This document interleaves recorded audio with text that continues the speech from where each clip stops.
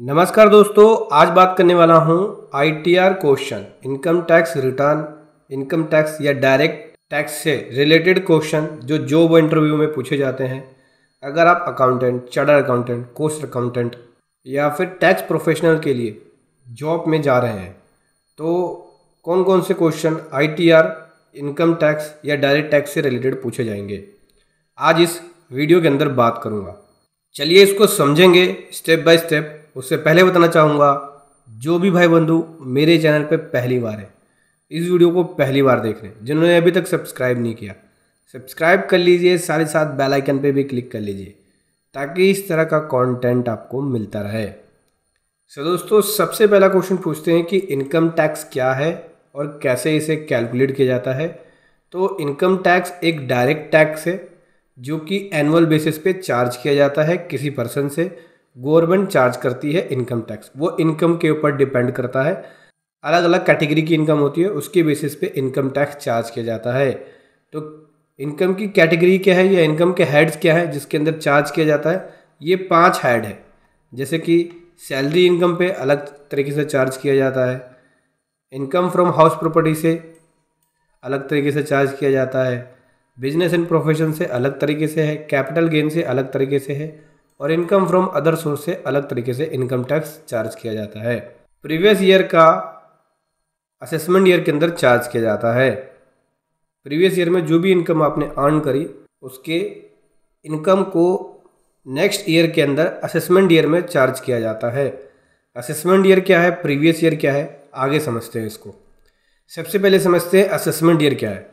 तो assessment year 1 अप्रैल से शुरू होता है, 31 मार्च को ख़त्म होता है। ये जैसे ही फाइनेंशियल ईयर ख़त्म होता है उसके बाद असेसमेंट ईयर इमीडिएटली ही, मतलब फाइनेंशियल ईयर ख़त्म होने के बाद जो नेक्स्ट ईयर आता है वो असेसमेंट ईयर शुरू हो जाता है। बेसिकली बात करें, हर एक फाइनेंशियल ईयर का एक असेसमेंट ईयर होता है जो कि 1 साल आगे चलता है। फॉर एग्जांपल के लिए मान के चले फाइनेंशियल ईयर 22-23 है, तो इसका असेसमेंट ईयर क्या बनेगा, असेसमेंट ईयर इसका बनेगा 23-24, 1 साल आगे चलेगा। 22-23 फाइनेंशियल ईयर का असेसमेंट ईयर 23-24। फाइनेंशियल ईयर सब समझते हैं, फाइनेंशियल ईयर 1 अप्रैल से शुरू होता है, 31 मार्च को ख़त्म होता है। उसके बाद वाला जो ईयर शुरू होता है वो असेसमेंट ईयर होता है। 23-24 असेसमेंट ईयर होगा, उस फाइनेंशियल ईयर का असेसमेंट ईयर 23-24 होगा, यानी 22-23 का असेसमेंट ईयर 23-24, 1 साल आगे चलेगा।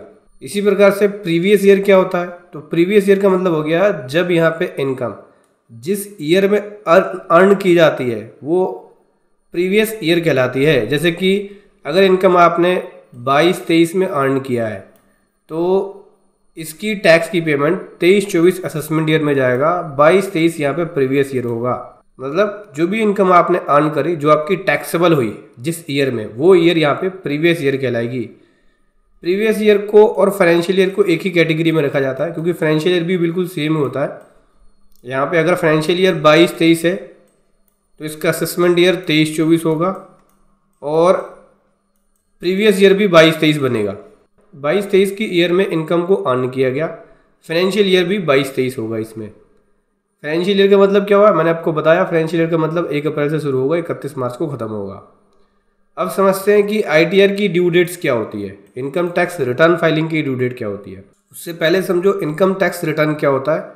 तो इनकम टैक्स रिटर्न एक टैक्स रिटर्न होता है जिसके अंदर जो पर्सन होता है, जो भी उसने इनकम अर्न करी है, वो उसको डिटेल देनी होती है कि कौन कौन से हेड से कितनी कितनी इनकम अर्न करी है, कितना टैक्स पेबल बना है और कितना पे किया है, कितना रिफंड बना है। इसको फाइलिंग करने की अलग अलग ड्यू डेट्स होती है। जैसे कि अगर नॉन ऑडिट का केस है तो 31 जुलाई तक फाइल करना होता है, ऑडिट का केस है तो 31 अक्टूबर तक, और आप रिवाइज या बिलेटेड रिटर्न को 31 दिसंबर तक फाइल कर सकते हैं। अभी समझ में आया कि फाइनेंशियल ईयर, असेसमेंट ईयर या प्रीवियस ईयर क्या होता है। फाइनेंशियल ईयर 1 अप्रैल से शुरू होगा, 31 मार्च को ख़त्म होगा। असेसमेंट ईयर भी सेम होता है, 1 अप्रैल से शुरू होता है, 31 मार्च को ख़त्म होता है। लेकिन असेसमेंट ईयर फाइनेंशियल ईयर से एक साल आगे चलता है, प्रीवियस ईयर से भी 1 साल आगे चलता है। जिस ईयर में इनकम अर्न की गई वो ईयर प्रीवियस ईयर होगी और उसके नेक्स्ट ईयर जो शुरू होगा वो असेसमेंट ईयर होगी, उस ईयर का, उस प्रीवियस ईयर का असेसमेंट ईयर होगा, फाइनेंशियल ईयर का असेसमेंट ईयर होगा, जो कि 1 साल आगे चलेगा। अभी समझते हैं कि एसएससी कौन है। एसएससी एक पर्सन है जो लायबल है टैक्स की पेमेंट के लिए या कोई भी अदर सम जो इनकम टैक्स एक्ट में बताया गया है, वो यहाँ पे एसएससी है।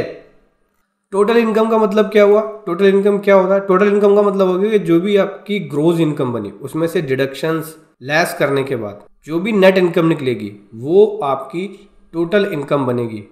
हमेशा पहले इनकम में से डिडक्शंस लेस होता है, फिर उसके बाद आपकी टोटल इनकम बनती है। अगर सैलरी की बात करें तो सैलरी में स्टैंडर्ड डिडक्शन लेस होगा, फिर इसके बाद जो भी अदर डिडक्शन है वो लेस होंगे, उसके बाद आपकी नेट इनकम या टोटल इनकम बनेगी। फर्म को कितने % का टैक्स पे करना पड़ता है? फर्म जो होती हैं इनकम टैक्स में 30% टैक्स पे करना होता है, और अगर इनकम 1 करोड़ से ज़्यादा है टैक्सेबल इनकम तो उस केस में 10% का सरचार्ज होता है जो कि इनकम टैक्स के ऊपर बनता है। 3% का एजुकेशन सेस भी बनता है। किसी इंडिविजुअल पर्सन का रेजिडेंशियल स्टेटस कैसे पता लगाते हैं? देखो, इसके लिए इनकम टैक्स में एक सेक्शन है, सेक्शन 6 सबसेक्शन 1। किसी भी इंडिविजुअल का रेजिडेंशियल स्टेटस पता लगाने के लिए इसमें से 2 कंडीशन है, इसमें से कोई भी एक कंडीशन सेटिस्फाइड कर देता है तो वो इंडिया के अंदर रेजिडेंट हो जाता है। अगर वो इंडिया में 182 दिन रहा है प्रीवियस ईयर के अंदर, प्रीवियस ईयर मतलब लास्ट ईयर के अंदर, तो वो रेजिडेंट हो जाएगा। या फिर प्रीवियस ईयर के अंदर 60 दिन रहा है और पिछले 4 साल में 365 दिन रहा है तो वो रेजिडेंट हो जाएगा। इनमें से जो भी कोई भी एक कंडीशन अगर सेटिस्फाइड कर देता है तो वो रेजिडेंट हो जाएगा। अभी not resident but ordinary resident की कंडीशन क्या है? रेजिडेंट तो है लेकिन ऑर्डिनरी रेजिडेंट है। तो कंडीशन ये है कि देखो, अगर पिछले 10 साल में से 9 साल रहा है तो वो रेजिडेंट बट ऑर्डिनरी रेजिडेंट होगा। या फिर पिछले 7 साल में 730 दिन रहा है तो वो रेजिडेंट बट ऑर्डिनरी रेजिडेंट होगा। एक्रूड इनकम का मतलब क्या हो गया? एक्रूड इनकम का मतलब हो गया कि इनकम अर्न तो हुई है लेकिन रिसीव नहीं हुई है, उसे एक्रूड इनकम बोलते हैं। टैक्स ऑडिट क्या है? टैक्स ऑडिट का मतलब हो गया कि जब किसी पर्सन की टर्नओवर या इनकम एक लिमिट को क्रॉस हो जाती है तो उसका टैक्स ऑडिट करा जाता है, जहाँ पे ऑडिटर उसके बुक्स ऑफ अकाउंट्स को चेक करते हैं, cash balance, bank balance, balance sheet, profit and loss account, trial balance, purchase book, cell register, सारी चीज़ों को चेकिंग करते हैं। उसको यहाँ पे टैक्स ऑडिट कहा जाता है। कैपिटल गेन, ये कैपिटल लॉस क्या है? तो देखो दोस्तों, कैपिटल गेन का मतलब हो गया कि जब आप किसी एसेट को सेल करते हैं या ट्रांसफ़र करते हैं उसके वजह से कोई इनकम बनती है तो वो कैपिटल गेन बनती है। इसमें कैपिटल लॉस भी होता है, जब आपको लॉस आए तो वो कैपिटल लॉस बनेगी। इसमें 2 तरह की कैपिटल गेन होती है, लॉन्ग टर्म और शॉर्ट टर्म।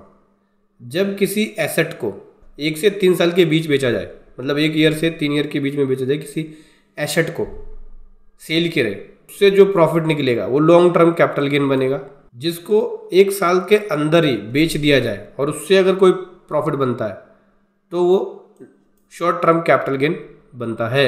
डेफर्ड टैक्स एक टैक्स लायबिलिटी होती है जहाँ पे कंपनी को पे करना होता है टैक्स, करंट पॉइंट पे नहीं पे करना होता है, लेकिन हाँ इनको फ्यूचर में डेफर्ड टैक्स के टर्म्स के अकॉर्डिंग वो लायबिलिटी पे करनी होती है। जनरली जो कंपनीज की अकाउंटिंग प्रैक्टिस है और जो टैक्स की रेगुलेशंस है उसके बीच ये डिफरेंस निकलता है। जैसे कि कंपनी का डेप्रिसिएशन अलग चलता है, इनकम टैक्स का डेप्रिसिएशन अलग चलता है, तो वहाँ पे डिफरेंसेस निकलते हैं। इसी को डेफर्ड टैक्स से ट्रीटमेंट किया जाता है। वर्किंग कैपिटल क्या है? वर्किंग कैपिटल का मतलब हो गया कि करंट एसेट और करंट लायबिलिटी के बीच के डिफरेंस को वर्किंग कैपिटल बोलते हैं, जहाँ पे करंट एसेट्स में से करंट लायबिलिटी घटा के वर्किंग कैपिटल निकाला जाता है। फंड फ्लो और कैश फ्लो में क्या फ़र्क है? देखो, फंड फ्लो का मतलब हो गया ये वर्किंग कैपिटल के बेस पे होता है और इसका यूज़ जो होता है लॉन्ग टर्म फाइनेंशियल स्ट्रेटजी बनाने के लिए किया जाता है। करंट एसेट और करंट लायबिलिटी में चेंज की वजह से इसके अंदर चेंज आता है। कैश फ्लो स्टेटमेंट जबकि वर्किंग कैपिटल का पार्ट है, लेकिन इसमें कैश और बैंक इंक्लूड होते हैं। इसमें फ्लो होता है कैश और बैंक का। इसका ओपनिंग बैलेंस होता है, क्लोजिंग बैलेंस होता है, जो कि ये स्टार्ट होता है ओपनिंग बैलेंस से और ख़त्म होता है क्लोजिंग बैलेंस पे। ये बिजनेस की लिक्विडिटी को दिखाता है, और अगर करंट एसेट में चेंज आए या करंट लायबिलिटी में चेंज आए तो यहाँ पे कैश फ्लो में भी चेंज आता है। अब अगला समझते हैं कि आईटीआर की फाइलिंग का वेरिफिकेशन की टाइम लिमिट क्या है। आईटीआर की फाइलिंग की वेरिफिकेशन का टाइम लिमिट पहले 120 दिन था, अभी 30 डेज कर दिया। 26 AS क्या है? 26 AS एक एनुअल स्टेटमेंट है जहाँ पे पूरे साल की जो भी आपकी टैक्स डिडक्ट की गई है टीडीएस या टीसीएस वो आपको इस फॉर्म के अंदर दिखता है। टैक्स पेयर इस फॉर्म को देख के अपने टीडीएस एंड टीसीएस की ट्रांजैक्शन को देख सकता है जो भी उसका डिडक्ट हुआ है। एआईएस क्या है? ये भी एक एनुअल इन्फॉर्मेशन स्टेटमेंट है जिसके अंदर बहुत सारी वैल्यू डिस्प्ले होती है, ट्रांजैक्शन रिपोर्टेड होती है स्टेक होल्डर के द्वारा। 26AS की तरह ही होता है, लेकिन एएएस के अंदर 26AS से ज़्यादा इन्फॉर्मेशन होती है। इसमें केवल टीडीएस की होती है, इसके अंदर सारी इन्फॉर्मेशन होती है। टीआईएस क्या है? टीआईएस के अंदर जो एआईएस के अंदर इन्फॉर्मेशन है वो डिटेल में होती है, लेकिन टीआईएस में एग्रीगेट इन्फॉर्मेशन होती है। फॉर्म 16 या फॉर्म 16A क्या है? तो फॉर्म 16 एक टीडीएस सर्टिफिकेट है। फॉर्म 16 सैलरी पर्सन के लिए होता है और form 16A non salary person के लिए होता है। ये दोनों ही टीडीएस सर्टिफिकेट है। 3CD क्या है? 3CD एक टैक्स ऑडिट रिपोर्ट है। जिस भी एसएससी के ऊपर टैक्स ऑडिट रिपोर्ट एप्लीकेबल होता है वो फॉर्म 3CD के अंदर अपने टैक्स ऑडिट कराता है, जो कि एक ऑडिटर, चार्टर्ड अकाउंटेंट या कॉस्ट अकाउंटेंट ही कर सकता है। एडवांस टैक्स क्या है? एडवांस टैक्स एक इनकम टैक्स का पार्ट है जो कि एडवांस में गवर्नमेंट को पे कर दिया जाता है। जो भी उसके ऊपर टैक्स की लायबिलिटी बनती है उसको एडवांस टैक्स कहते हैं।